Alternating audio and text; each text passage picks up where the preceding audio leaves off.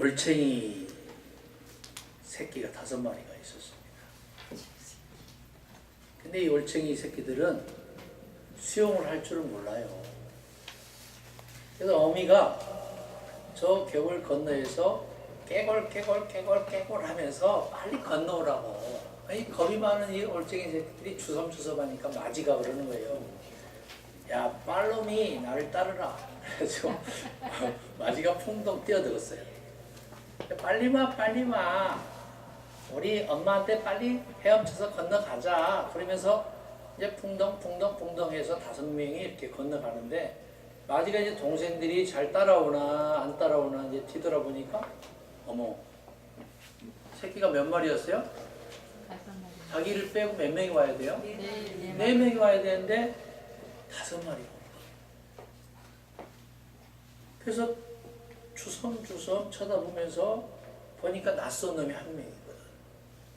그래서 올챙이 새끼 마지가 그러는 거야. 야, 너는 뭐야? 그러니까 저요? 저는 곱살인데요.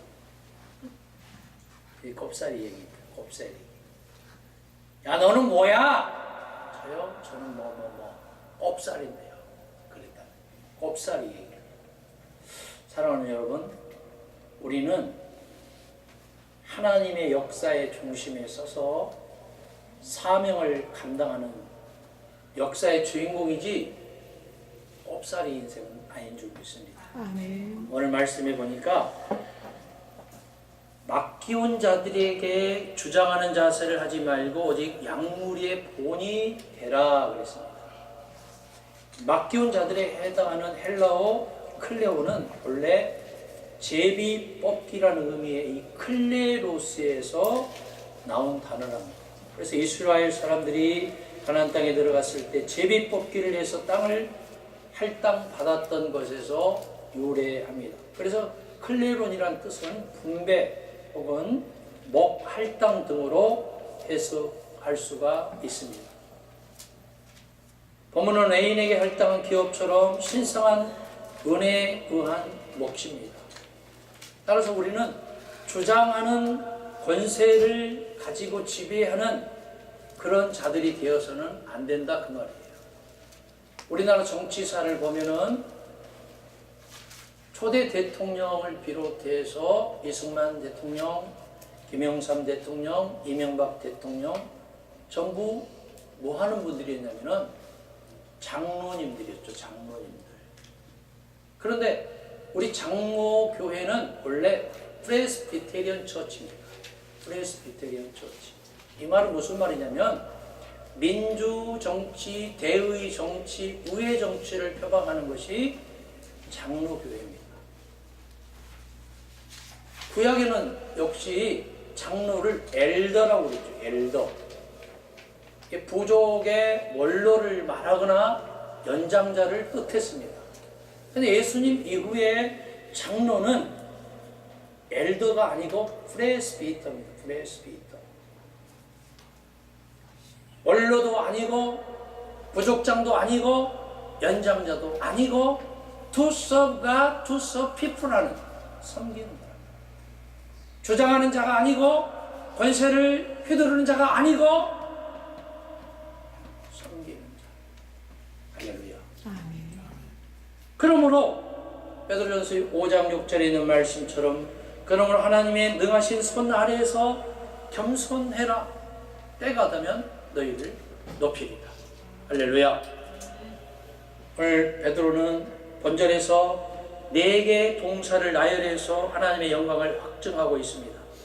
이런 하나님의 도우심은 결코 우연이 된 것이 아니고 하나님의 확실한 개입에 의해서 이루어지는 겁니다.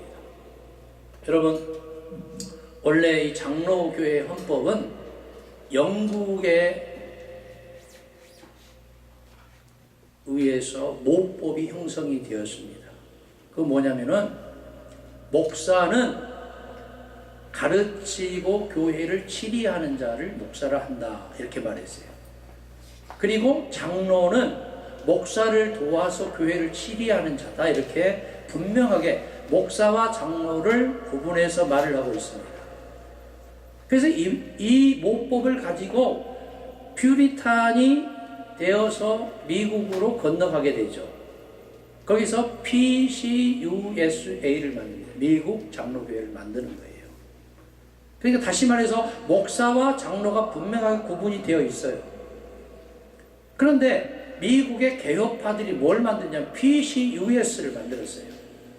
그러면서 장로에는 가르치고 치리하는 목사와 목사를 도와서 교회를 치리하는 장로로 나뉜다라고 목사와 장로를 마치 장로 안에 가둬버렸다 그 말이에요. 그러니까 한국 교회 대부분의 교회들 보면은 여러분 분쟁이 일어나면은 누구 때문에 일어나요? 대부분 95% 이상이 예? 목사는 장로라고 장로는 목사라고 그러네 또. 목사 장로 문제예요. 주장하는 자세 주인 여러분 주인 의식과 주인 노릇은 분명하게 다릅니다. 그래서 PCUS의 헌법을 가지고 1884년도에 언노우드 선교사 가지고 들어온 거예요. 모법을 가지고 들어와야 되는데 신법을 가지고 들어와 버린 거예요. 우리나라 이 체제가 여러분 유교 사상과 관료주의 사상이 팽배해 있었지 않아요. 그래서 거기에 그게 맞아떨어진 거예요. 그 계속해서 몇십 년 동안 흘러오다가 미국 장로교회는 PCUS가 자기들이 장로 안에 목사와 장로를 가둬놓았던 것이 잘못된 줄 알고 1987년경에 PCUS가 PCUS로 다시 돌아간 거예요. 신법을 없애고 구법으로 회귀했다 그 말이에요. 그럼 우리나라도 어떻게 해야 됩니까? 당연히 목사와 장로로 구분되어 있는 이 헌법 체제로 돌아가야 되지 않습니까? 할렐루야. 아직도 못 돌아가고 있어요. 그러니까 이제 마치 교회는 목사와 장로의 경쟁 구도 속에서 이렇게 잘못된 헌법 속에서 교회가 치리가 되다 보니까 마치 예수님이 교회라고 말은 하면서도 주인 노릇 하느냐고 분쟁 속에 있는 교회가 많다 그 말이에요. 여러분 예수님의 교회가 될 수 있기를 바랍니다. 할렐루야. 오늘 말씀해 보니까 온전하게 하시며 굳게 하시며 강하게 하시며 견고하게 하시리라. 온전하게 하시며 굳게 하시며 강하게 하시며 견고하게 하시리라. 할렐루야. 베드로는 그 당시 여기저기 흩어져 있는 성도들에게 어떻게 하든지 이 어려운 환경 속에서 낙심하거나 절망하지 말고 희망을 갖고 살자고 권면하고 있는 것입니다. 그 많은 긍휼대로 예수 그리스도께서 죽은 자 가운데서 다시 부활하심으로 인해서 우리를 거듭나게 하셔서 살 소망이 있게 하셨습니다. 우리는 믿음과 사랑이라는 말을 자주 듣고 자주 합니다. 누구나 이 두 낱말에 대해서는 어렵지 않게 설명을 합니다. 근데 희망이 무엇입니까? 정말 희망이 필요한 겁니까? 웹스터 사전에 보니까 희망이라는 것은 뭐냐면은 실현이 기대를 가지고 바라는 것이라고 했어요.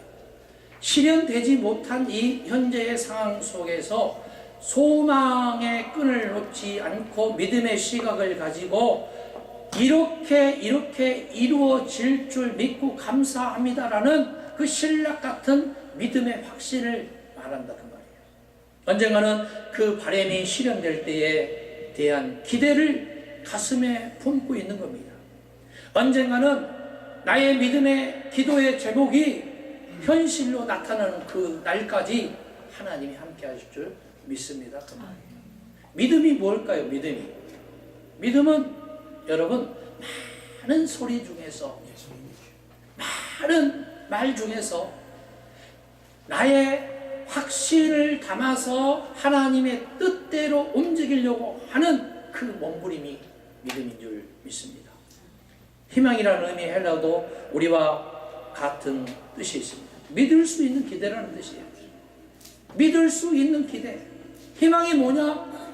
지금 낙심하고 좌절하고 절망하고 시기하고 질투하고 충성하고 모략하는 이러한 무리들 가운데에서 믿음의 시각을 가지고 확신 있는 언행을 하면서 우리 주 예수 그리스도를 향하는 뜨거운 믿음의 열정을 가진 자들이 소망하는 것. 할렐루야. 그래서 스트리트란 분이 이런 말을 했어요. 사람에게서 여러분 재물을 빼앗아 보십시오. 그를 방해하는 것이 됩니다. 사람에게서 목적을 빼앗아 보십시오. 속도를 늦추는 것이 됩니다. 그러나 사람에게서 희망을 빼앗아 보십시오. 그를 정지시키는 것이 됩니다. 재물이 없이도 살아갈 수가 있고 목적 없이도 얼마나 살아갈 수가 있습니다. 그러나 희망이 없이는 우리의 삶을 유지할 수가 없다는 거예요. 그래서 잠언 13장 12절에 이런 말씀이 있습니다. 소망이 더디 이루게 되면 그것이 마음을 상하게 하나니 소원이 이루는 것은 곧 생명나무라. 희망을 잃어버리는 것은 마음을 상하게 한다 그 말이에요. 마음을 상하게 한다. 그래서 오늘 우리는 베드로전서에 있는 말씀을 통해서 적어도 5가지 현실적인 지침이 있는 것을 발견하게 됩니다. 첫 번째는 올바른 지도력이 있어야 된다 그 말이에요. 올바른 지도력. 주장하는 자세가 아니고 올바른 지도력이 있어야 됩니다. 그러려면 지도자는 겸손해야 됩니다. 겸손해야 됩니다. 그것을 언더스탠드라는 단어로 함축할 수 있겠습니다. 이건 합성어죠. 무엇 아래, 상대방의 아래에 서 있을 때 이해가 되고 깨달아지는 줄 믿습니다. 그리고 두 번째는 겸손하라는 거예요. 겸손하라. 집회를 다니거나 다른 지도자들을 만나면 굉장히 교만한 사람들을 많이 봐요. 말은 그런데 여러분 직분만 받으면요 예수님과 동기동창이 되는 거예요. 직분만 받으면은 예수님과 동기동창이 되어서 목사 안수만 받으면은 배우려고 안 해요. 언제까지 배워야 돼요? 예수님 재림하는 그날까지 배워야 되잖아요. 언제까지? 죽을 때까지 배워야죠. 그런데 군림하려고 하고 지배하려고 해요. 섬기는 자세는요 눈곱만 찾아볼 수가 없어요. 사랑하는 여러분, 우리는 겸손의 띠를 띌 수 있기를 바랍니다. 세 번째는 우리 마음속에 불안을 해소해야 됩니다. 마음속에 불안을 해소해라. 그리고 마귀를 대적해라. 마귀를 대적해라. 여러분 마귀가 어디 있을까요? 마귀가 어디 있어요? 마귀는 내 속에 잠재되어 있는 것 같아요. 저도 어느 순간에 저 자신을 불쑥불쑥 바라다 보면은 마귀에게 발목을 잡힌 그런 일이 많아요. 어둠의 영에 의해서 자꾸 이끌려요. 이거 시속게임 속에서 내 마음속에 한 가지 법은 하나님의 법을 섬긴다고 했음에도 불구하고 또 다른 나의 자아가 깨지지 못하기 때문에 육신의 노예가 되어서 자꾸 시속게임에서 지는 거예요. 어떻게 해야만 아버지의 뜻대로 살 수 있을까 고민하면서도 한편으로는 타협의 대상이 됩니다. 마귀에게 자꾸 발목 잡혀서 타협의 대상이 됩니다. 그래서 어떻게 보면은 자꾸 섬긴다고 했음에도 불구하고 내 한쪽 자아가 깨지지 못하기 때문에 자꾸 분림하고 지시하고 있는 나를 발견하게 됩니다. 사랑하는 여러분, 우리는 예수 그리스도의 일꾼들입니다. 어떤 사람 그래요? 어떤 교회 보니까 사자교회로 사자교회. 사자가 얼마나 무서워요. 근데 또 사자 목사님이라네. 사자교회 사자 목사. 여러분, 우리는 예수의 종이라고 그러죠. 종. 종은요, 종놈만 있는 거예요. 종님이 있어요, 없어요? 종님이라는 소리는 들어보지도 못했는 거예요. 그래서 교인들이 주의 종을 어쩌고 저쩌고 기도할 때 그러잖아요. 차라리 종놈이라고 해라, 종놈이라고. 일꾼들이죠. 아버지의 일꾼들이라고 표현해야 되는 거예요. 일꾼들. 아버지의 일꾼들은 성령과 믿음이 충만한 사람. 할렐루야. 예수 그리스도의 성령의 권세의 능력에 사로잡힌 사람. 예수 그리스도를 아버지로 섬기는 사람. 주님의 뜻대로 살기 위해 몸부림치는 사람. 그 한 사람. 예배에 집중하는 그 한 사람. 말씀 앞에 무릎을 꿇기를 소원하는 그 한 사람. 아버지의 뜻이 어디 있는가를 위해서 몸부림치는 그 한 사람. 그래서 나는 누구인지, 나는 어디를 향하고 있는지, 무엇을 위해서 몸부림치고 있는지, 행여 예수 팔아먹는 싹구는 아닌지 몸부림쳐볼 일입니다. 우리는 아버지의 일꾼들답게 겸손한 자세를 가지고 순종하는 일이 있기를 바랍니다. 불림하거나 지배하려고 하는 그 발상을 어떻게 할 수가 있습니까? 철저히 말씀 앞에 무릎을 꿇고 작은 예수가 되어서 내 가정과 우리가 섬기는 선교지와 교회가 희망의 끈을 놓지 않고 주님 따라갈 적에 오병이어의 기사와 이적과 형통이 도래하기를 그렇게 간절히 기도드리겠습니다.